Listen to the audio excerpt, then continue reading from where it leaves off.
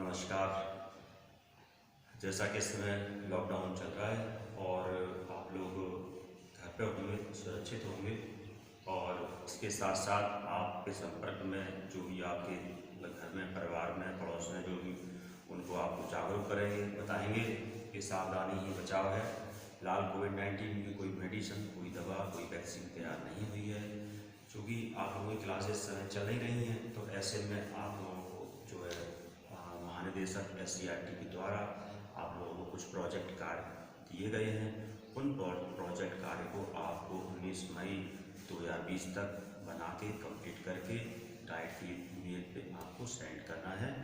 तो उसी कड़ी में मैं आपको बताना चाह रहा हूँ, जैसा कि आपका जो एक पेपर है क्वेश्चन, उसमें शैक्षिक प्रबंधन और प्रशासन के विषय के अंतर्गत जो है आपको जो प्रोजेक्ट बनाना है, उसमें निम्न बिंदुओं पर प्रोजेक्ट कार्य करना है आपको। उसमें 1 या 2 अध्यापकों वाले विद्यालयों के लिए समय सारणी बनाना है। तो 3 या 4 अध्यापकों वाले विद्यालय की समय सारणी एवं कक्षा व्यवस्था करना है। नंबर 3 प्राथमिक विद्यालय विकास योजना बनाना है के लिए। नंबर 4 कक्षा प्रबंधन के अंगों और योजना पर PPT तैयार करना है। तो जैसा कि आप लोगों को अच्छी सी जानकारी होगी और आपने जो अपने जो डाइट में ये DLED कर रहे हैं और इसी दौरान आपने जो इंटर्नशिप करी थी बेसिक स्कूलों में, प्राइमरी नर्सरी स्कूलों में आपको जाना हुआ है एक महीने के लिए। वहाँ जाके आपने जो करीब से देखा, जो आपने उसका अध्ययन किया, जो एक सर्वेक्षण किया, वो रिपोर्ट आपने बना के जो हमें दी थी डाइट में, तो उसके आधार पे आपको ये चीज़ भली-भांति लगा होगा, आपने समझने की कोशिश करी होगी कि आखिर वो कौन सी चीज़ें हैं, कौन सी बातें हैं या क्या सुधार हैं कि वो करने से बेसिक स्कूलों में कुछ परिवर्तन आए, सकारात्मक बदलाव आए। और ये बेसिक स्कूल गवर्नमेंट एजुकेशन, जो प्राइवेट गवर्नमेंट एजुकेशन है, उनकी तरह ही अपने बेसिक स्कूल भी अच्छा आउटपुट दें और बहुत अच्छा कह सकते हैं कि यहाँ के बच्चे भी आगे जाएं, तरक्की करें। और कह सकते हैं कि जो ग्रामीण क्षेत्रों में जिस तरह से शिक्षा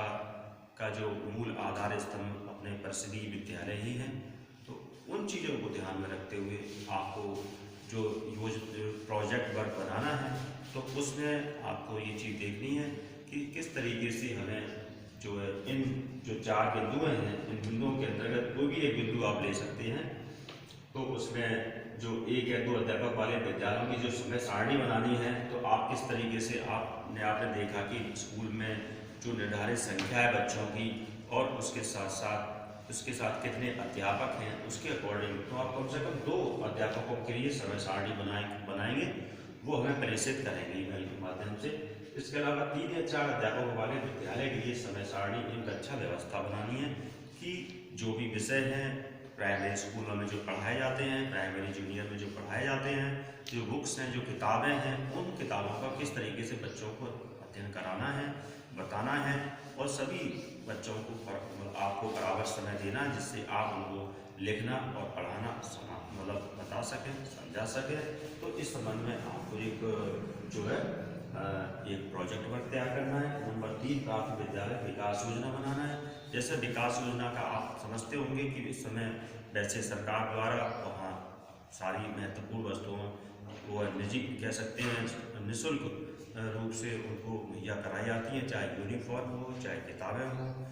और शूज़ हों, और यहाँ तक कि NDMB वहाँ बनता है। लेकिन चूँकि जिस तरीके से हमें आउटपुट चाहिए शिक्षा के लिए, जिस तरह हमें ये लगता है कि बच्चे अधिक से अधिक सीखें और वो जानने की कोशिश करें, उनका जो कह सकते हैं एक पढ़ने का सिस्टम है, जो उसमें कुछ चेंज आना चाहिए। चूँकि मॉन्टेसरी या फिर किंडरगार्टन जो पद्धति है बच्चों को पढ़ाने की है, बताने की है, उस पद्धति का आपको इस्तेमाल करते हुए ये चीज़ बताना है कि कैसे हमें विकास योजना बनाएं और स्कूल में हमें अधिक अच्छी गुणवत्तापूर्ण शिक्षा कैसे बच्चों को प्राप्त हो सके। और इसके साथ टॉपिक नंबर 4 है कक्षा प्रबंधन की अंगों और योजना पर PPT चार्ट तैयार करना। तो कक्षा प्रबंधन आप समझ सकते हैं, जो सारे विषय हैं, जो बच्चों की किताब जो पढ़ाई जाती हैं, उन सारी किताब बुक्स के संबंध में आपको एक समय सारणी बनानी है और उस सारणी के अनुसार, उसके अकॉर्डिंग आपको बच्चों को जो है क्या करना है, अच्छे से जो है किस तरीके से मतलब पढ़ाया जाए, मतलब वहाँ विद्यालय में, तो वो चीज़ हमें बना के आपको देना है। और इसी के साथ मैं उम्मीद करता हूँ कि आपको ये चीज़ समझ में आ रही होगी, और इस संबंध में आपको जो प्रोजेक्ट वर्क बनाएंगे तो आप जो है, मैंने जैसा कि मैंने अभी कहा कि जो आवश्यक वस्तुएं इसमें ज़रूरत पड़ेगी वो उनको लेने के लिए आप बाज़ार में न जाएं, मार्केट में न जाएं, जो आपके घर पे उपलब्ध हो, ईजिली उपलब्ध हो जाए, उसी का ही इस्तेमाल जो है करें। इसी के साथ आपका ये टॉपिक समाप्त होता है, और जो है आप घर रहें, सुरक्षित रहें।